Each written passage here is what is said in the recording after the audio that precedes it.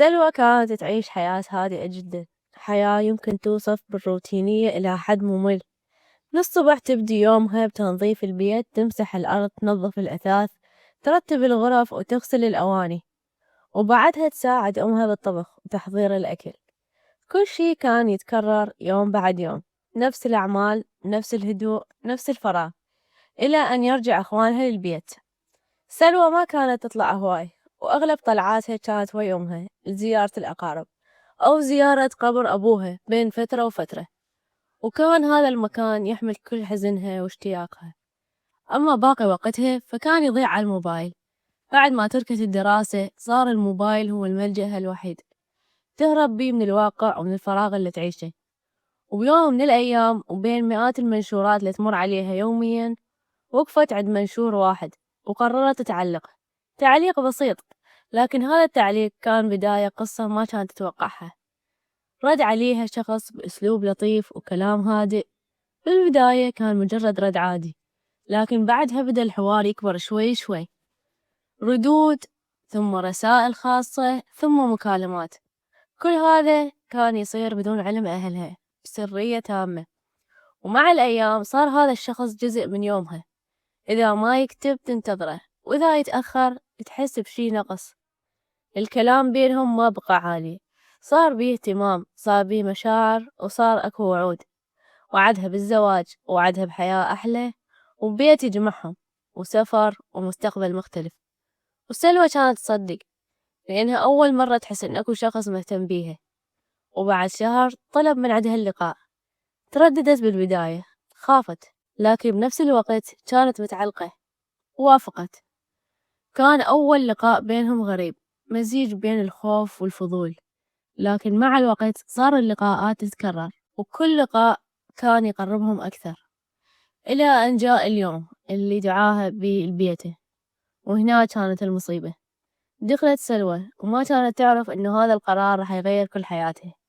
مرت الأيام بعدها، وبالبداية كل شي كان طبيعي، لكن فجأة اختفى بدون أي تفسير.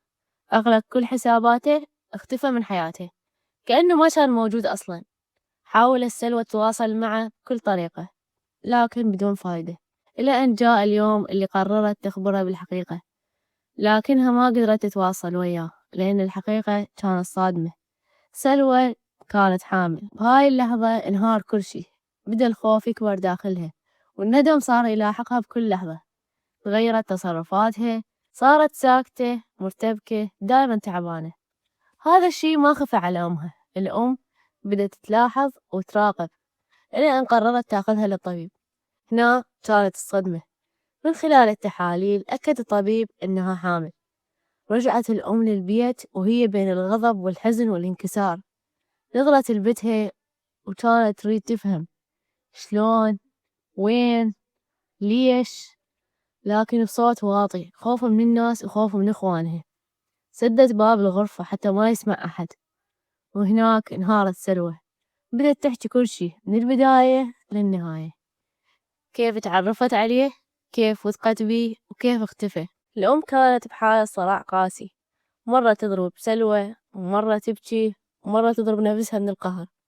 لكن رغم كل هذا كان لازم تفكر بحل. أمرت سلوى بالسكوت إلى أن تلقى الحل.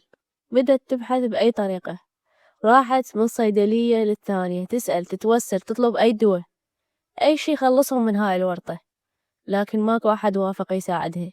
حتى المحاولات اللي حاولتها سلوى نفسها، مثل القفز أو حمل أشياء ثقيلة، ما نجحت. ومع مرور الأيام صار الوضع أخطر. الأم كانت تعيش ضغط نفسي كبير، تفكر كل لحظة شنو راح يصير لو انكشف الموضوع. الخوف من الإخوان كان أكبر من كل شي. الأيام صارت ثقيلة ومريرة، وكل يوم أصعب من اللي قبله، إلى أن إجا ذاك اليوم، يوم زيارة قبر الأب. وقفت أم سلوى هناك تبكي وتتكلم، تشكي همها وتطلب حل. كان صوتها مسموع. كانت هناك مرة تسمع الحكي. اقتربت منها وقالت إنها تعرف الحل. مسحت أم سلوى دموعها وبدأت تسمع. قالت المرة إنه اسمها وردة، وقالت إنه هي تريد تساعدها، لكن مقابل شي. وحكت قصتها، عن شاب خانها وصورها بدون علمها، وصار يهددها ويطلب منها فلوس، وقالت إنها تعرف ناس وتقدر تنتقم منه، لكن تحتاج مساعدتهم حتى تستدرجه، وبالمقابل اتوعدت إنها تساعد سلوى وتزوجها بسرعة. انطتهم رقمها وطلبت منهم يفكرون. ذيك الليلة سلوى ما نامت، كانت تفكر بين الخوف والحل الوحيد اللي قدامها. بالنهاية وافقت، بدأ التنفيذ. التقت بوردة وتم الاتفاق. بعد أيام تقدم شاب لخطبة سلوى، إجا وي وردة على أساس إنه هو أخوها. رحبوا بيه إخوان سلوى لأنه شاب عنده وظيفة ووضعه زين، وتم الاتفاق إن الزواج يكون خلال شهر. التزمت وردة بوعدها، وجا دور سلوى حتى تنفذ المطلوب منها. بدأت تتواصل ويا الشاب اللي دمر حياتها، وقنعته بلقاء بالمكان اللي جهزته وردة. وباليوم المحدد راحت سلوى وقلبها مليان خوف. وصل الشاب، تلك اللحظة ظهرت وردة باوعت له، وكانت تحمل كل الغضب اللي بداخلها. أشرت للرجال كانوا مختبئين. فجأة مسكوا بيه، بدأ يصرخ ويحاول يهرب لكن ما قدر. وسلوى كانت واقفة ترتجف تشاهد المشهد، ووردة كانت تبتسم وقالت له اللي سواه راح يرجع له، وإنه راح يدفع الثمن. تم تصويره وتهديده حتى ما يرجع يؤذي أي بنت. بعدها رجعت الحياة تكمل، تم الزواج وسلوى دخلت حياة جديدة، لكنها ما كانت مثل ما حلمت. الزوج كان بارد، ما سأل عن ماضيها ولا اهتم بحملها، إنه يسوي شي مؤقت. وبعد شهر فقط طلقها ورجع لحياته وكأنه شي ما صار. بقت سلوى مطلقة وأم الطفل ومستقبل غامض. أما أمها بقيت تعيش الندم كل يوم، تبكي بصمت وتفكر هل كان ممكن كل هذا يصير؟ وانتبهت على سلوى من البداية، لأن أحيانا غلطة واحدة تغير كل الحياة.